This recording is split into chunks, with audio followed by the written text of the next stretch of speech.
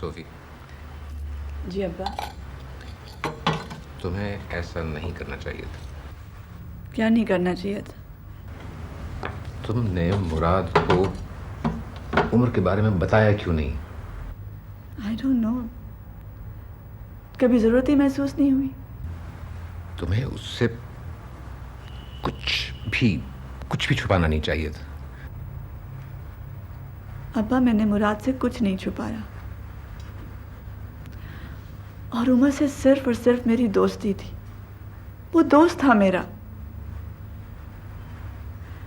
अगर मुराद मुझसे कभी भी पूछता तो मैं उसको उमर के बारे में बता देती, लेकिन उसने तो मुझसे कभी कुछ पूछा ही नहीं अब्बा। और अगर बता भी देती तो वो कौन सा यकीन कर लेता। कुछ भी हो, तुम्हारे और मुराद के दरमियान ये बात नहीं आनी चाहिए थी। अगर तुमने मेरी बात सुनी होती। अब्बा, मुझे लगता है आपको भी मेरी बात पर यकीन नहीं है। बेटे, मुझे तुम पर हमेशा से एतमाद रहा है। मैंने कभी तुम्हारी किसी बात पर शक नहीं किया, लेकिन जो भी हुआ है अच्छा नहीं हुआ। लेकिन अब्बा,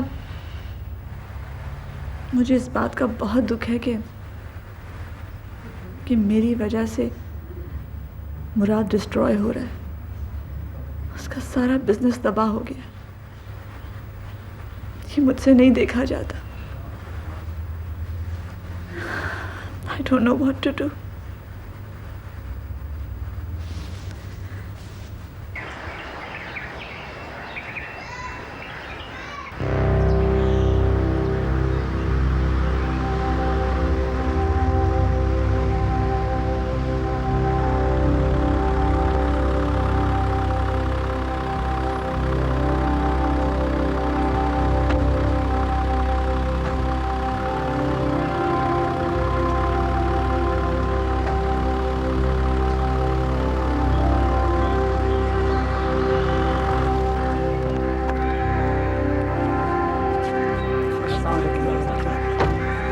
उमर साहब हैं?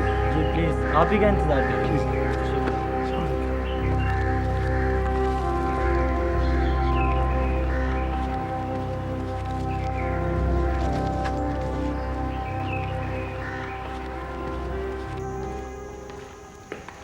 अस्सलाम वालेकुम जनाब उमर साहब। क्या हाल चाल है? आप ठीक हैं बट अल्लाह का शुक्र। प्लीज़ बैठिए। और सुनाइए, ठीक ठाक हैं? बैठिए। बहुत मुद्दत बाद मुलाकात हो रही है आपसे भट्ट साहब। आप शायद हमें भूल गए थे उमर, मगर हम अपने मेहरबानों को भूला नहीं करते। आपकी मोहब्बत और शफकत को तो मैं भी नहीं भुला पाया था।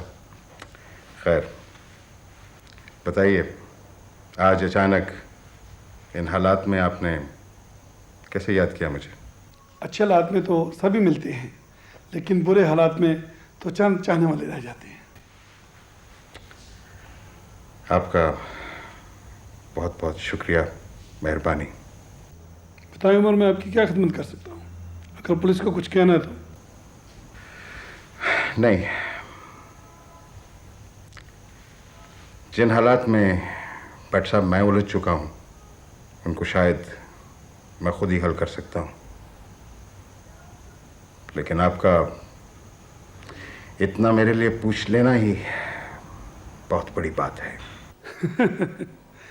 जानता हूँ, बहुत अच्छी तरह जानता हूँ तुम्हें। तुम मुकाबला करना खूब जानते हो। तुम्हें आज तक कोई टच नहीं कर सका, लेकिन इस बार तुम्हारा बच जाना उमर बहुत मुश्किल है। अब क्या है भट्ट साहब, क्या हमारी दुनिया इतनी बदल गई है? क्या सच को झूठ में बदलने वाले लोग खत्म हो गए हैं? क्या इंसान की लालच और हवस की इंतहा टूट गई है? नहीं, सब कुछ वैसे ही है उमर। हमारी दुनिया इतनी जल्दी बदला नहीं करती। सिर्फ एक खुद गर्ज इंसान का ज़मीर जाग गया है। क्या मतलब? मैं रिजवान मलिक की बात कर रहा हूँ। रिजवान मलिक? हाँ। तुम रिजवान मलिक को जेल में मरवा दो। अगर वो बाहर होता तो मैं तुम्हारे पास ना आता। वो हम सबको मरवा देगा। मेरे और भी बहुत से साथी यही चाहते हैं, तो मैं कोई उंगली नहीं लगाएगा। तुम्हारे लिए प्रोटेक्शन मेरा और मेरे साथियों का वादा है। 5 करोड़ की हकीर सी रकम मैंने तुम्हारे लिए अरेंज कर ली है। सिर्फ तुम्हारी हाँ का इंतजार है, और ये काम सिर्फ तुम ही कर सकते हो।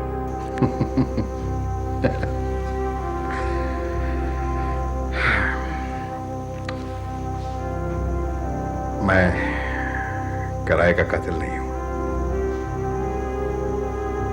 मैं करप्ट सियासतदानों, बिजनेसमैन और सरकारी अफसरों को जेल से निकलवाने या उनसे पैसे लेकर कत्ल करवाने का कारोबार नहीं करता।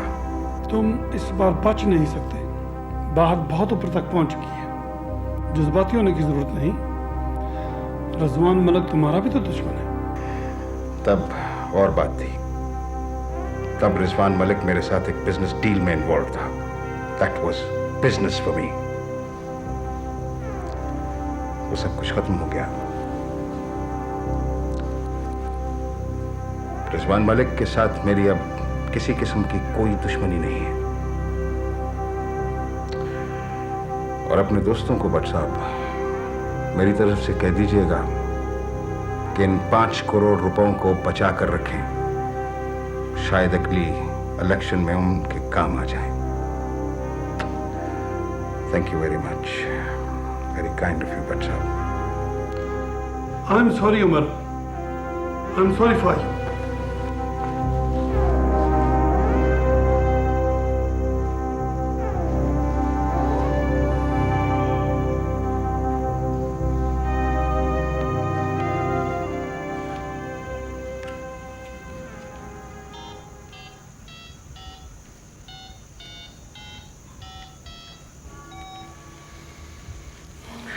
हाँ,